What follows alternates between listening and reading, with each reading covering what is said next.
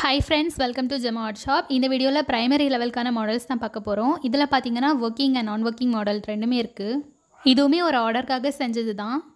So நம்ம channel மூலமா mat commission things வந்து ஆர்டர் மூலமா செஞ்சு கொடுத்துட்டு இருக்கோம். ஸ்கூல் டீச்சர்ஸ்மே மாடல்ஸ் வந்து ஆர்டர் பிளேஸ் பண்ணிக்கலாம். இதில் இப்போ 3 ஒர்க்கிங் மாடல் அண்ட் 2 நான் ஒர்க்கிங் மாடல்ஸ் செஞ்சுருக்கேன். ஃபர்ஸ்ட் நீங்கள் பார்க்க போகிறது மெய் எழுத்துக்கள் அப்படிங்கிற டாப்பிக்கான நான் ஒர்க்கிங் மாடல்.